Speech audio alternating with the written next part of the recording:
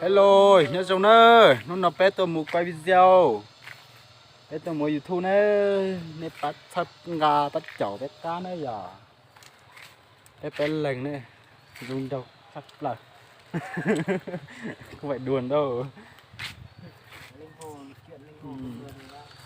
Đây là công viên Đồng Va nhá.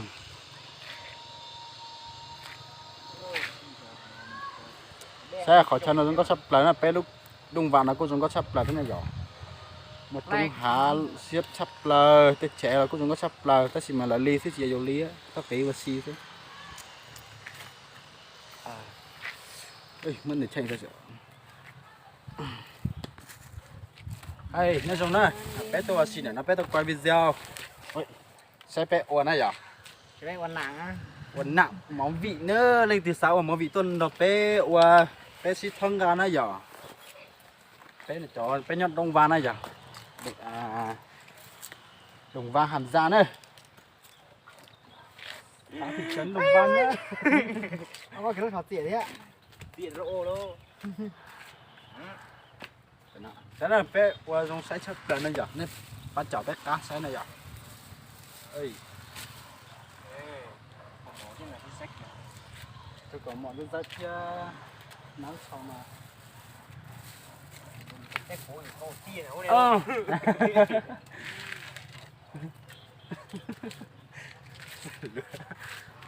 Anh ơi. Cái gì? Cái gì? Hay nhỉ. Ủa? Sao này? Sao bé ủa này giờ? Nghe quay. Sao này chụp phim này giờ bé à? Ôi nhiều quá, ở thứ mà thói là lâu gì đấy. Lúc xí hẳn nó bé ủa cái xin nó kia này giờ. Chả này là bắt chảo thế bắt thân ra là bé bắt bờ này nó thế này giờ. Ủa? Đi nhá.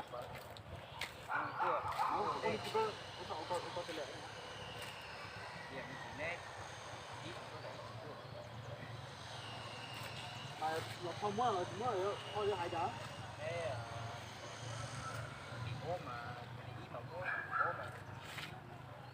Chỉ thấy có chỉ bỏ đó.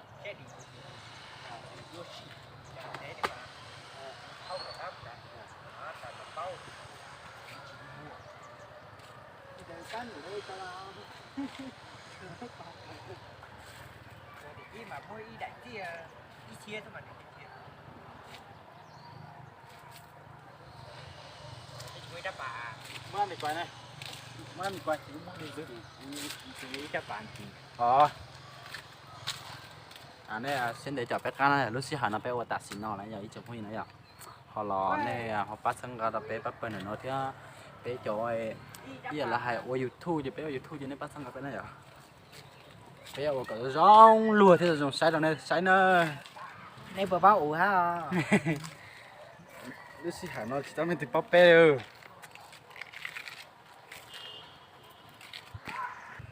Sai này chụp hình này lúc xí hẳn này bé qua đặt xin nó kia này. Sai này.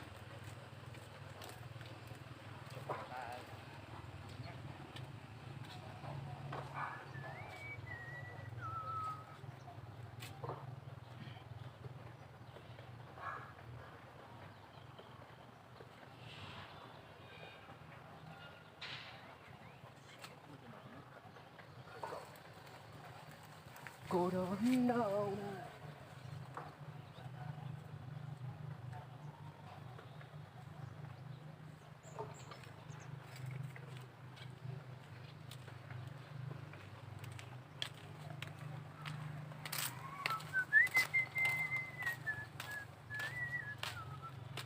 Phải đi. Thôi chỉ phải liêu ấy. Nó có thể chỉ mất khẩu đấy. Có thể chút đâu. Này nè đáp bà.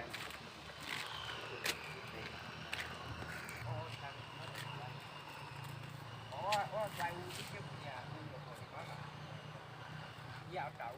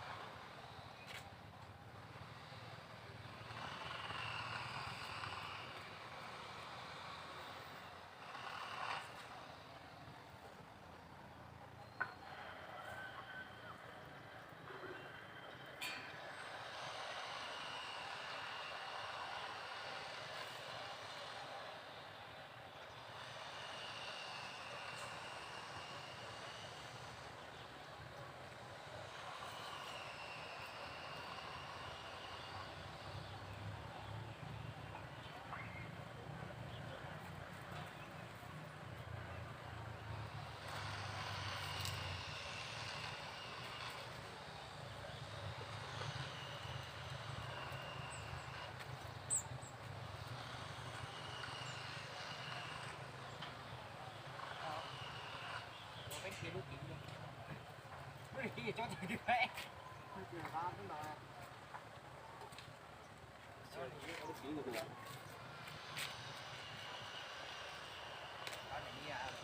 sẽ chỉ bé chỉ cá tàu nó giờ ít chục mươi nữa giờ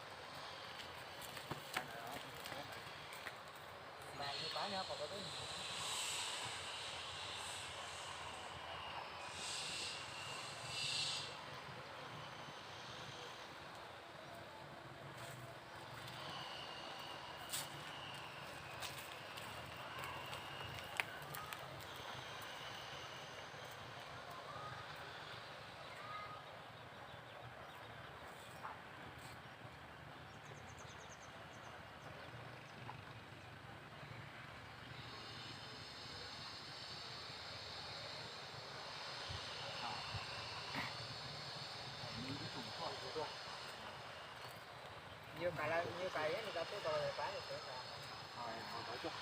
là chỉ nó thành nó chỉ biết kia không biết thế đó chỉ biết đó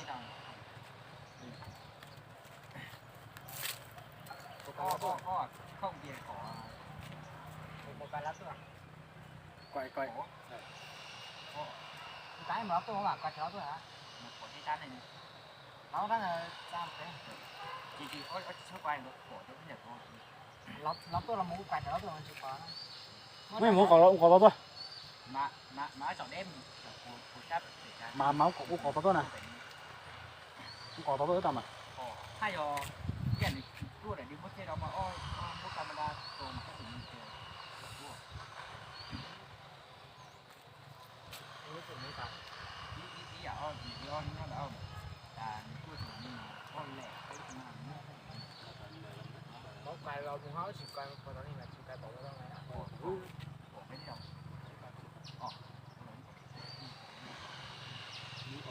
nó cho nó ngay đây rồi không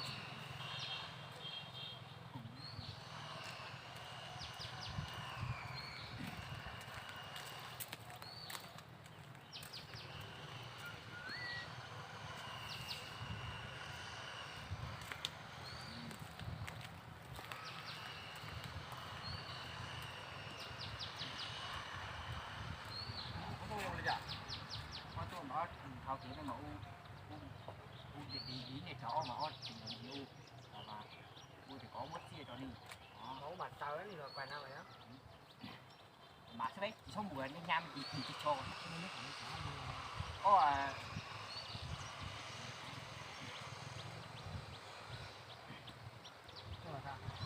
đi ở bên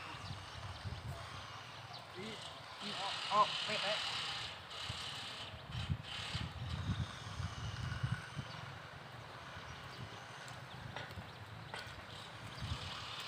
các bạn ô tô phi cha à ông có chỉ đạo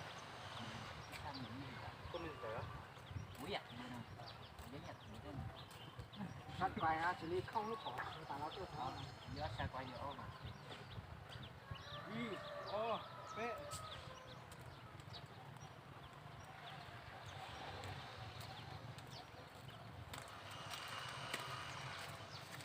anh ơi cho em xin vài nghìn đi ăn sáng ạ.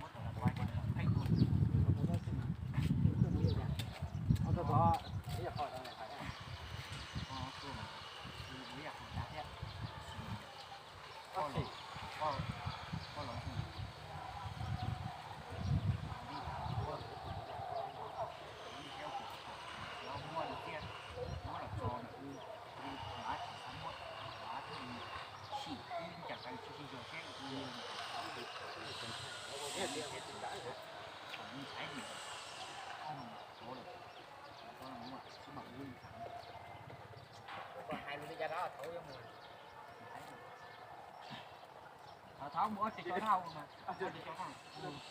đừng có bóc phét không mày tụi nhá.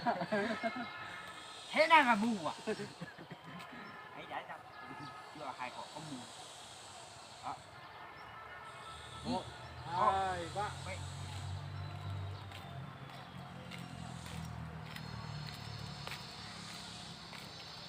anh ơi dạ cho xin mà 1.000 ạ tiền á đúng rồi mình bị làm sao đấy bị mù ạ bị mù á đúng rồi bị mù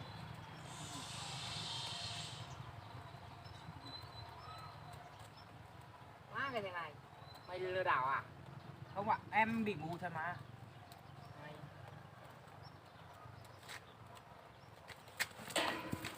má mấy cái này mày ta chân khỏe thế này mà không đi làm kéo mà đi ăn xin thế này á má đừng có để lần sau tao thấy mày nữa nha má mày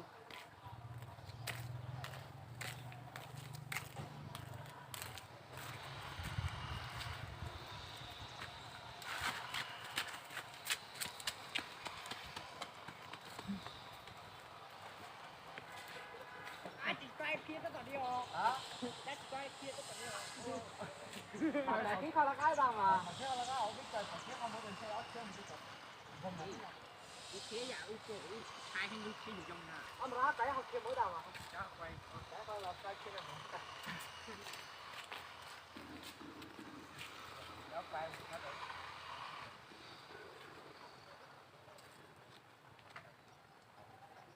1, 2, 3.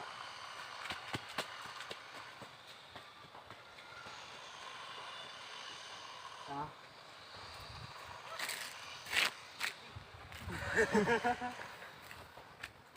hello tất cả mọi người nhá sáng nay bé chỉ tắt tàu qua đây cho cái gì mà xía hành bé thò sọ tông thay sáng nay chụp cái gì nữa nhở sao tông sẽ là nó mày lúc quay sọ à tông này cô giống như là lúc à cũng thay thế này nhở này cô bỏ ra giống thế sọ tông này cô lúc kỹ như sắp là này nhở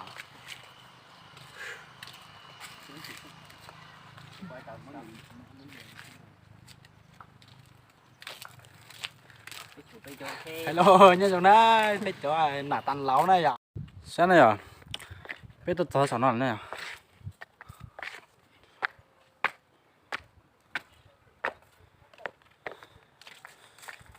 nhở bé lình nữa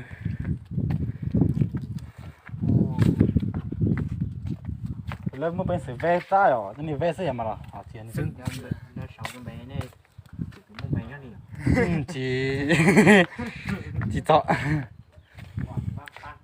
sẽ sắp là nó chụp gì nữa nhở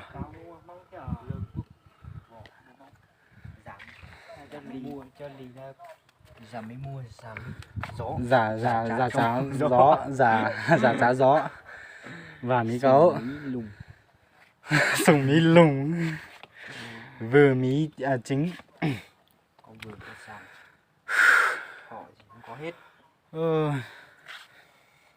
có tất cả 54 dân tàu đấy chẳng mong đó à thế này bé lên nè bé tôi xì được quá sảo nó là đông va nó giờ ý chồng phi nó giờ thế này tôi xì bùa sảo nó lò dễ sắp là để sát sắp tới câu mà mới bỏ đi để quay đi ra đi chứ mà cái cán là muốn mua sổ mua đấu